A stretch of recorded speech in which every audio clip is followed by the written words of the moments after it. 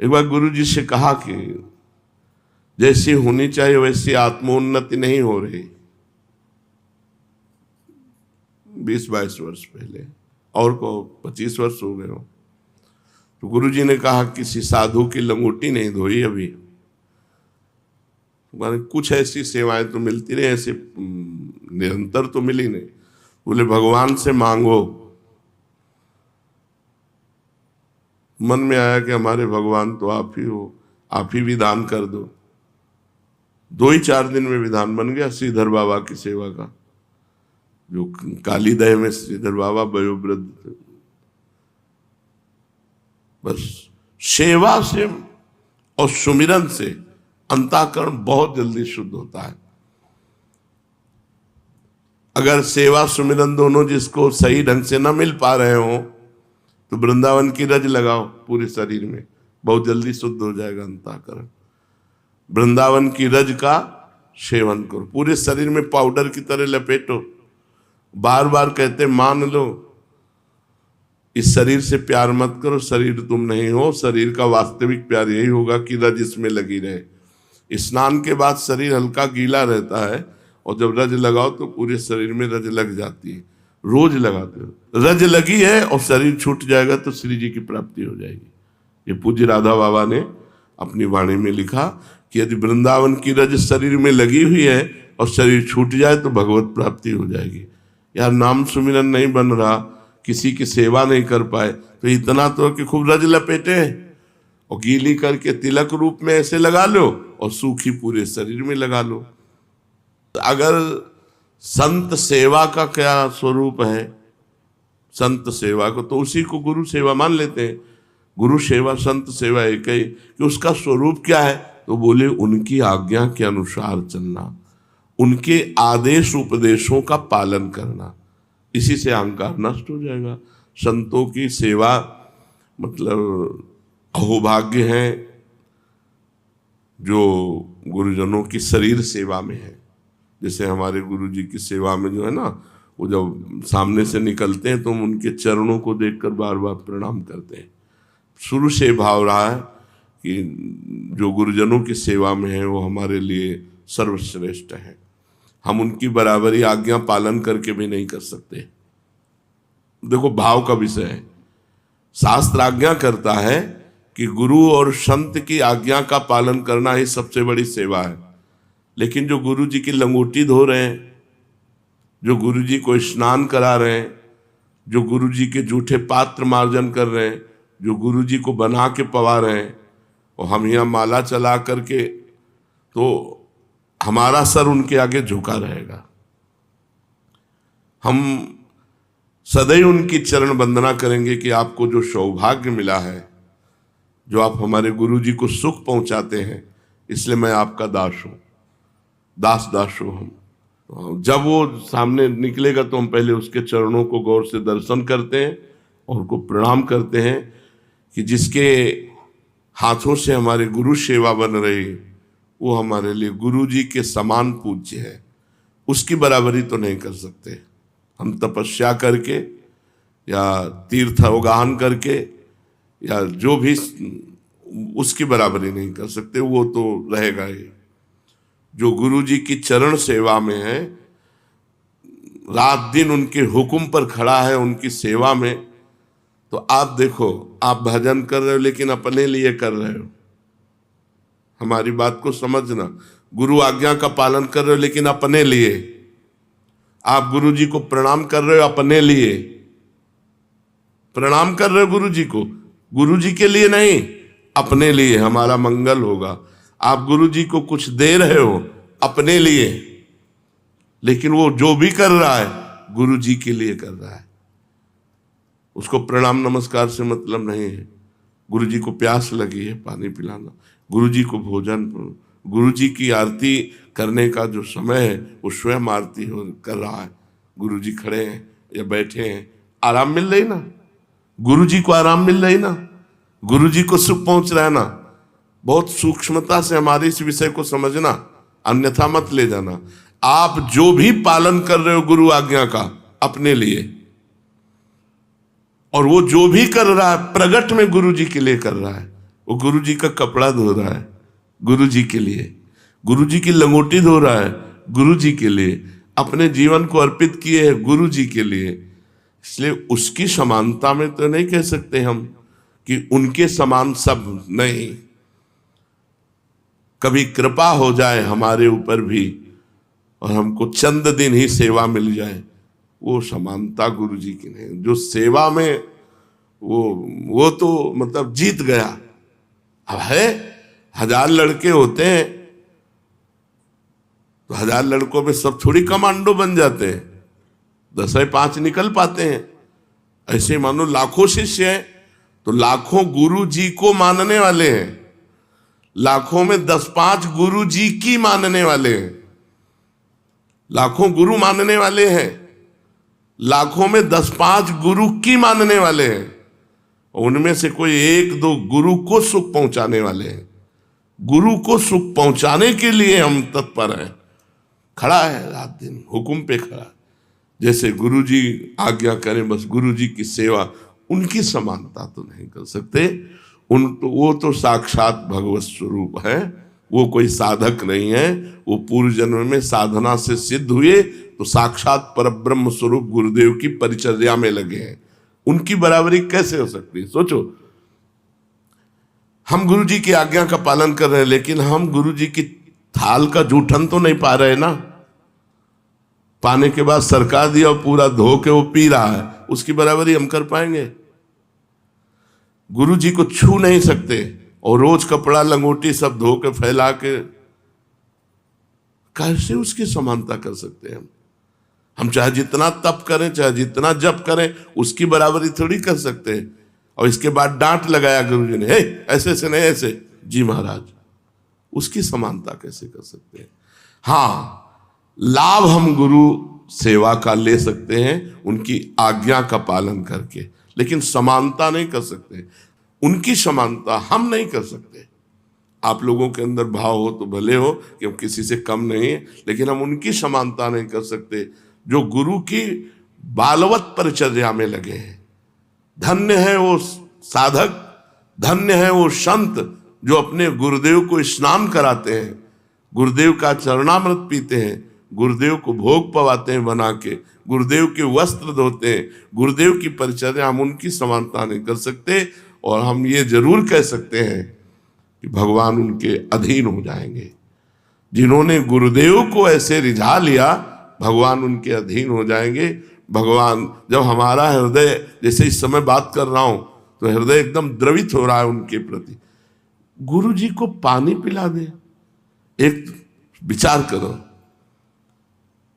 गुरु जी को उठा के बैठा दे, गुरु जी की चरण सेवा कर दे, ये सौभाग्य कैसे मिल सकता है?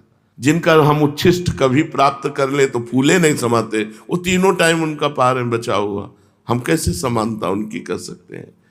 जो ऐसे आंख उठा के देखना सौभाग्य प्रतीत होता है, वो आंख निकाल करके उनको डांट रहे, ये सौभाग्य? तो ये किसी पूर्व जन्म का भारी तप एकत्रित हुआ और किसी संत और गुरुजनों के अनुशासन में, उनकी परिचर्या में, निकुंज जेब में रखा हुआ है। अगर किसी संत, किसी महापुरुष की परिचर्या में आप है ना, सब दुनिया के सब साधन एक तरफ और संत परिचर्या एक तरफ। किसी को संत परिचर्या मिल जाए तो कभी ये मत छोड़ना कि मुझे भजन करना है, इससे बड़ा कोई साधन नहीं, भगवान इसके अधीन हो जाते हैं। तो जो अन्य लोग नहीं प्राप्त कर पाते, द्वितीय स्थिति है कि वो उनकी आज्ञा में बंधे रहे कि हमारा सौभाग्य इतना तो नहीं है कि मैं उनका वस्त्र प्रक्षालन कर सकूं, उनको स्नान करा सकूं, उनको भोग पवा सकूं, उनकी जूठन परिचर्या में मैं रहूं, लेकिन मैं अपने जीवन को उनको समर्पित करता हूं और उनकी आज्ञा में, तो उनकी कृपा से उसका अहंकार गलित हो जाएगा और सदगति प्राप्ति में कोई किंचित मात्र अंतर नहीं होगी, लेकिन प्रेम प्राप्ति में अंतर होगा। जो उसे प्रेम प्राप्त होगा गुरु चरणों का, वो उसे प्रेम नहीं प्राप्त होगा। नहीं, सब आप देख लो, जो हम कह रहे हैं इस बात पर देखो, आप प्रणाम करते हो अपने लिए, आप जप करते हो अपने लिए, आप गुरु बनाया है अपने लिए, गुरु के लिए क्या कर रहे हो? ईमानदारी से देख लो, ईमानदारी से वृंदावन में बैठे हो, आप अपने लिए कर रहे हो, गुरु के लिए। बोले मेरा जीवन गुरु का जीवन है, मैंने गुरु को दे दिया। अब अगर गुरु जी हमसे यहाँ जूता साफ करवाते हैं तो मैं गुरु, उसका हो गया जीवन। बस आप समझ लो, मेरा जीवन गुरु के लिए है। अगर वो मुझे 100 किलोमीटर दूर रखते हैं तो मेरा इसमें क्या दोष है? अगर मुझे वो शरीर सेवा नहीं दे रहे तो इसमें मेरी क्या? पर मैं गुरु का हूं, उनकी आज्ञा पे चलूंगा, मेरा जीवन तन मन प्राण उनका, उसको वही गति प्राप्त होगी जो उनकी परिचर्या में है, क्योंकि वो गुरु आज्ञा में है। तो गुरु आज्ञा में जो है वो गुरु की परिचर्या ही मानी जाए। किसी भी संत की सेवा करें हम, जैसे हम पूज्य श्रीधर बाबा की सेवा, तो हमारी गुरु भक्ति बढ़ी और हमारा इष्ट प्रेम बढ़ा। उनकी सेवा से हमारे इष्ट प्रेम में विक्षेप नहीं हुआ, गुरु भक्ति में विक्षेप नहीं हुई, पर व्यवहार नहीं है। सेवा से मतलब है केवल, जैसे किसी भी संत, अब कोई बीमार संत है, किसी अन्य संप्रदाय का है, आप जाइए, आप उनकी सेवा परिचर्या कीजिए, पर श्रद्धा और विश्वास अपने गुरुदेव और इष्ट पर होना चाहिए। अगर इष्ट और गुरुदेव वाला श्रद्धा विश्वास कर लोगे तो उनके जो चल रहा है वही तुम्हारे चलेगा, तुम्हारे गुरु के जो चल रहा है वो नहीं चलेगा। ये भी बात ध्यान रखने की बात है। परिचर्या हम करेंगे लेकिन श्रद्धा और विश्वास पूर्ण अपने गुरुदेव का। मैं अपने गुरुदेव की आज्ञा से आपकी सेवा कर रहा हूं, मैं अपने गुरुदेव की प्रसन्नता के लिए आपकी सेवा कर रहा हूं। मुझे आपसे कोई फल या कोई उपदेश या कोई सतमार्ग नहीं चाहिए। मुझे सतमार्ग मिल चुका है, मुझे उपदेश मिल चुका है, मुझे फल मिल चुका है, मुझे गुरुदेव मिल चुके हैं। उनकी आज्ञा है कि अगर संत सेवा मिल जाए तो करना चाहिए, तो मैं संत सेवा मान करके कर रहा हूं, आपसे कुछ चाहिए नहीं। तो उसका कभी भी परमार्थ नहीं बिगड़ेगा। जब तक संत सेवा न मिले तो नाम जपो, घर में ठाकुर विराजमान है, खूब भजन साधन करो, लेकिन इच्छा करो कि काश कभी कोई ऐसे वयोवृद्ध बीमार शरीर की हमें सेवा करने को मिल जाए। वृंदावन में तो सब संत ही हैं। देखो, एक बीच में एक माई इतनी तपस्विनी थी, संपूर्ण वृंदावन की रोज परिक्रमा लगाना, संत सेवा करना सब, और यहीं महीनों रख करके राधा नाम कीर्तन करके, और उनका शरीर पूरा। तो ऐसे भगवान दे देते हैं। कभी कोई ऐसा भजनानंदी मिल गया और उसकी सेवा बन गई तो हमारा देहाभिमान। पर सेवा सेवा है, जब तक सेवा न मिले खूब नाम जप करो, खूब और आकांक्षा करो कि इस शरीर से कभी किसी की सेवा बन जाए। बहुत जल्दी अंतःकरण शुद्ध होता है और अहंकार रहित होता है। सेवा की बहुत बड़ी महिमा है। अब जैसे सेवा भाव है, अब सब सत्संग सुन रहे हैं, अब एक रुमाल लेकर के जितने जूते चप्पल रखे हैं सबके साफ कर दिए। देखा सत्संग होके गए, गली में सोहनी लगा दी। ये सेवा नहीं, सब संतों की सेवा बन गई।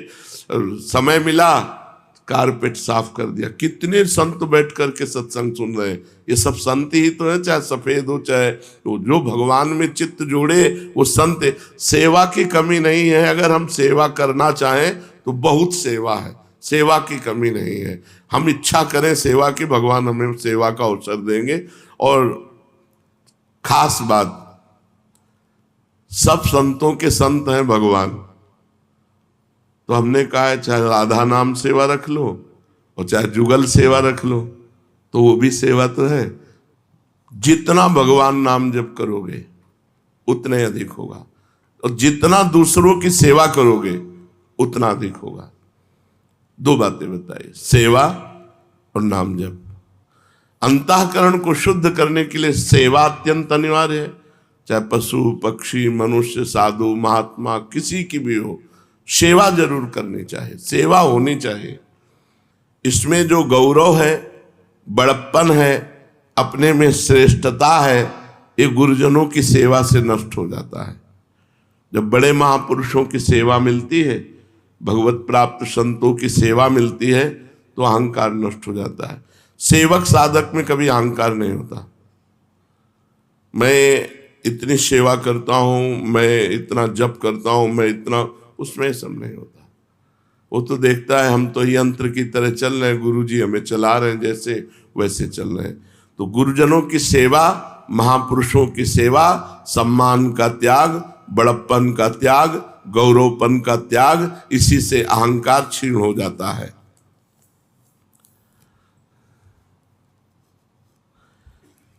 जो भगवत प्राप्त हो जाता है उसका व्यवहार कैसा होता है? बहुत सुलझा हुआ व्यवहार होता है। वो शास्त्र दृष्टि से व्यवहार करता है। पिता को पिता की तरह, माता को माता की तरह, पति को पति की तरह, पत्नी को पत्नी की तरह व्यवहार करेगा, पर शास्त्र दृष्टि के अनुसार। जो सिद्ध पुरुष होगा, पिता के साथ कैसा व्यवहार करना चाहिए शास्त्र कहता है, पत्नी के साथ कैसा व्यवहार करना चाहिए शास्त्र कहता है। जो शास्त्र कहता है उसके अनुसार व्यवहार होगा, मनमानी आचरण नहीं रह जाएगा। तो जीवन मुक्त पुरुष के द्वारा कर्म होते हैं या नहीं? जीवन मुक्त पुरुष के द्वारा कर्म नहीं होते। कारण कि उसको ज्ञान हो जाता है कि कर्म कर्मेंद्रियों से होते, प्रेरणा ज्ञानेंद्रियों से हो रही है, और ज्ञानेंद्रिय को मन चला रहा है, मन को बुद्धि चला रही है, और उसका मैं साक्षी हूं, इसलिए मेरे द्वारा कुछ नहीं हो रहा है। कोई कर्म बंधन नहीं सिद्ध महापुरुष का। एक काम क्रोध अंतःकरण में रहते हैं, तो जो जीवन मुक्त पुरुष हो गए उनके भी काम क्रोध रहते हैं। अंतःकरण में ही काम क्रोध का आवेश होता है। तो जो जीवन मुक्त हो गया, जो भगवत प्राप्त हो गया, क्या उसमें काम क्रोध होते हैं?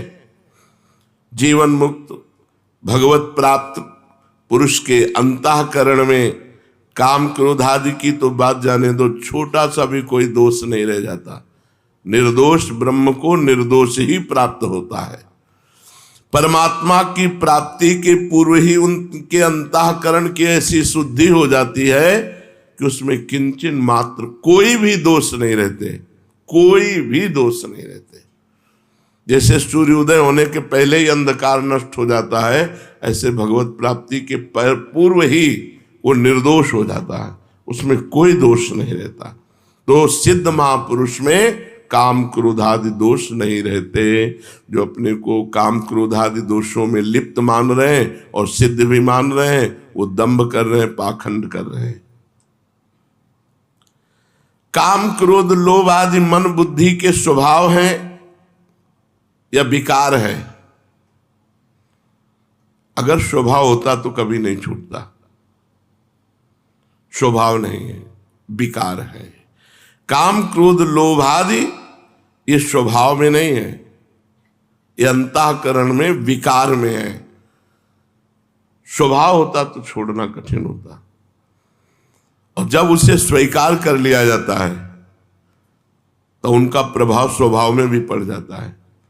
जैसे ये बहुत कामी स्वभाव का आदमी है, ये बहुत क्रोधी स्वभाव का आदमी है, ये बहुत लोभी स्वभाव का आदमी, उसका स्वभाव पर प्रभाव पड़ता है, लेकिन वो स्वभाव होता नहीं है।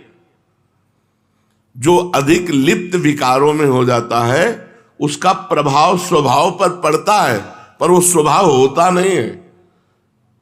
स्वभाव हो तो मिटाया नहीं जा सकता। वो विकार है, विकारी स्वभाव। स्वभाव जो है वो शुद्ध है, पर उस विकार से लिप्त होने के कारण वो कामी कहा गया, क्रोधी कहा गया। तो काम नष्ट हुआ तो स्वभाव तो शुद्ध था ही। स्वभाव, जो स्वभाव है वो कभी विकारी नहीं होता, पर विकारी कहा जाता है। जैसे रिक्शा, कभी रिक्शा चालक नहीं बन सकता, लेकिन रिक्शा कहने से खड़ा हो जाता है। ऐसे ही अधिक काम में लिप्त होने के कारण वो कहा जाता है कामी स्वभाव का है, ये क्रोधी स्वभाव का है, ये लोभी स्वभाव का है। जिस घड़ी तुम भजन में चित्त को जोड़ोगे, तुम्हारा स्वभाव भजन का बन जाएगा, तो ये विकार हैं, ये घड़ी भर में सब नष्ट हो जाएंगे। ये सब तुम्हारे गुलाम बन जाएंगे, ये सब भाग जाएंगे डर कर। कब? जब खूब भजन करोगे। ये 2-4 माला घुमाने से नहीं। अरे भजन की अलग अलग वृत्तियां, राधा राधा राधा राधा राधा, एक भजन ये हो रहा है, एक उपांश हो रहा है, एक मानसिक हो रहा है, और एक गाढ़ भजन हो रहा है, केवल भजन। वही मंत्र दिखाई दे रहा, वही सुना, हिम्मत नहीं पूरे शरीर की कि झेल पावे। थोड़ी देर में इतनी ऊर्जा पैदा होती कि शरीर विलक्षण होने लगता है, शरीर विलक्षण होने लगता है। मतलब खुद समझ में नहीं आता कैसे कंट्रोल करें ऐसी महान ऊर्जा शक्ति। ये नाम आप खिलवाड़ समझते हो, आप भजन करके तो देखो, पहुंचो तो भजन की जगह पे। नाम जब जैसे राधा राधा कर रहे, फिर उपांशु, फिर मानसिक, ये भजन का अभ्यास है। अभी भजन नहीं हो रहा है, भजन का अभ्यास हो रहा है। और जब भजन होगा तब देखना, जो वास्तविक भजन की बात है, क्षमता नहीं है कि शरीर सह जाए। हर नस नाड़ी, मतलब एक अलौकिक ऊर्जा प्रकट होती जब से, भजन से एक अलौकिक ऊर्जा। आप लगे रहो। अभी ऐसा मत मानो आप भजनानंदी बन गए, माला घूम, जब माला और काउंटर ये सब धर जाए, हाय हाय मच जाए अंदर से। मतलब एक पूछा कर